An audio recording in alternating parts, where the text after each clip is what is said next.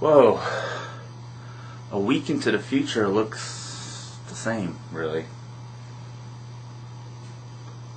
Oh well, let's begin.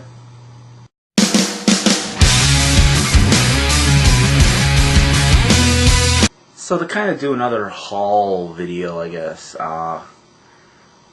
after I came back from traveling in time, I went out to the store, and actually I didn't go to the store. I had some books and magazines and stuff that I wanted to get rid of, mainly magazines, and I went to this place called Half Price Books. I thought it was just called Half Price Books, and there I find out that they sell a lot of shit. They sell not only books, but they sell CDs, movies, and magazines, like everything. But it's all used. So it's kind of like disc replay, but with books, I guess. And they actually have VHS tapes, which was awesome. But I didn't see anything that was like rare or hard to find. It was all like common stuff, like Raiders of the Lost Ark and Star Wars and stuff like that. So I didn't really get anything on VHS, but I did get some DVDs. I turned in the magazines and I got a whopping 50 cents. So I actually got 2 DVDs and 3 movies. The first one I'll talk about is Airplane. I fucking love Airplane. It is like probably one of my favorite comedies out there.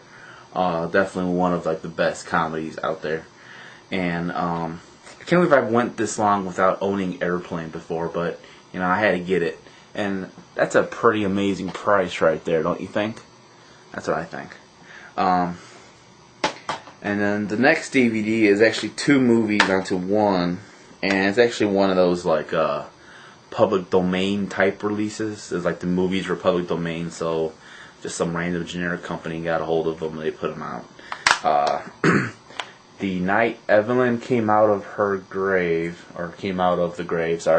and The House at the Edge of the Park. I've heard a lot about both of these movies. I've never seen them. Just a lot of podcasts I listen to and a lot of movie people I talk to, they seem to like, mainly The Night Evelyn Came Out of the Grave. I've only heard a couple of things about House at the Edge of the Park. But the thing they have in common really is they're both Italian horror movies, both made in Italy by Italian filmmakers, and they're both supposed to be really kind of weird and disturbing from what I hear. So I can't wait to check these out. And I bought this a while ago. Actually, I went to Borders, and like if you ever gone to Borders, they have a really huge clearance section. Like they literally will have like books for like $2 and like really cheap books. So I got this. It's actually Artie Lange's book, Too Fat to Fish. I remember he was on Conan, I believe, promoting the book, and he was just talking about the stories that are in this book. So I got intrigued. So I was like, I gotta check this out. For those who probably don't know who the hell this is, Artie Lange, he's a comedian, and he got his big break on Mad TV in the middle 90s. And then he made like some movies. He made Dirty Work, which is another one of my fucking favorite movies, like favorite comedies. He did a couple other TV shows that didn't do very good. He just had like bit parts in movies. He made his own movie some years ago called Beer League. He actually co-wrote it, and he starred in it. And now he's more famous as like a Howard Stern sidekick on the Howard Stern satellite radio show.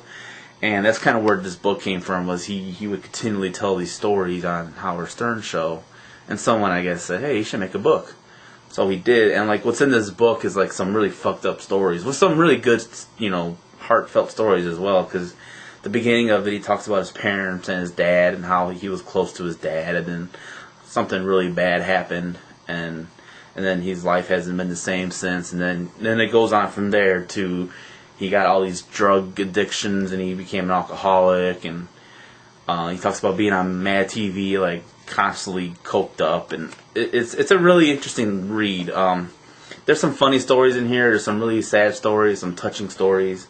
There's just everything that you wouldn't expect from Artie Lang, but it's really good. I really do recommend reading it.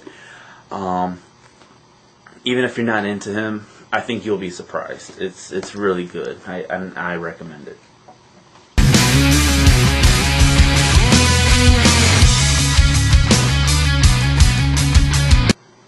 What hit teen website got its name when creator Ashley Power accidentally tripped over and decapitated a lawn statue? What?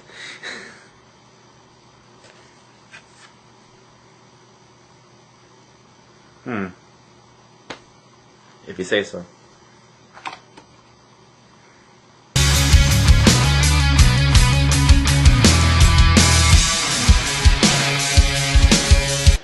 Let's see. Airplane begins with an A, so that goes over here.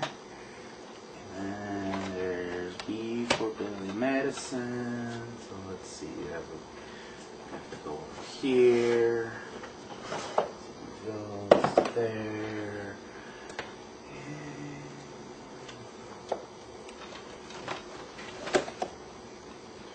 Okay. Down there. Super Troopers.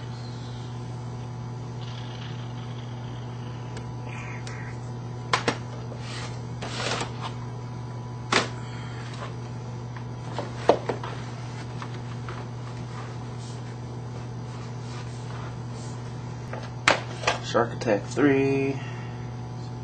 H-A.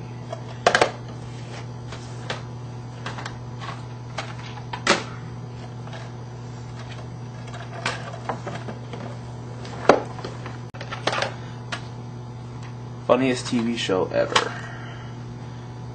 I'll go with the other TV shows. So that. And these are movie compilations, so these will go down here.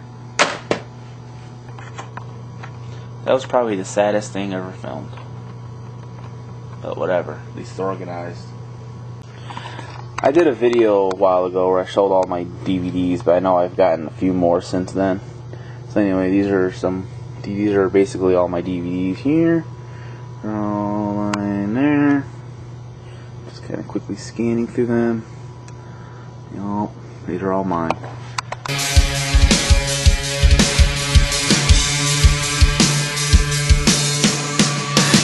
I'm going to talk about a movie that's not really unleashed onto the public.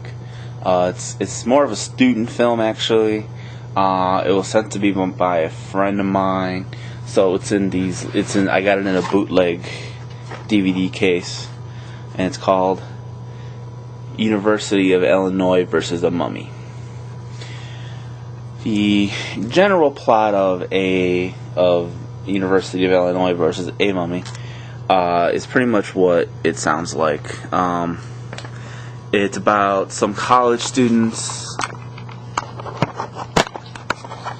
It's about some college students in the University of Illinois, and they unwittingly unleash a mummy onto the grounds of the school, and so it just kind of goes around and starts attacking people.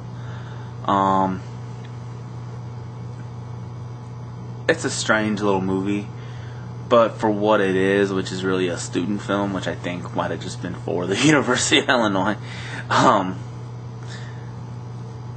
it wasn't too bad. It was kind of entertaining.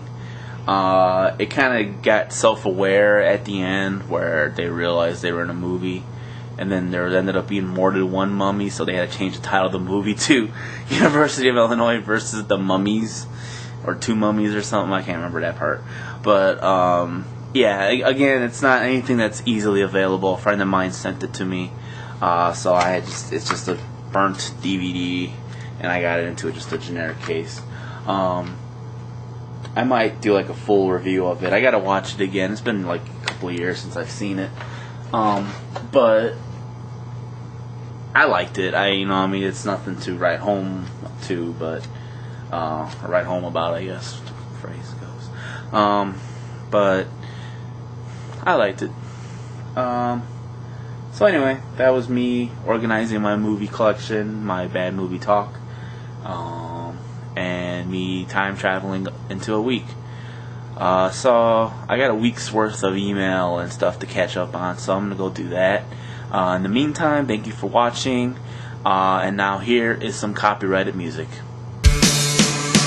You're such a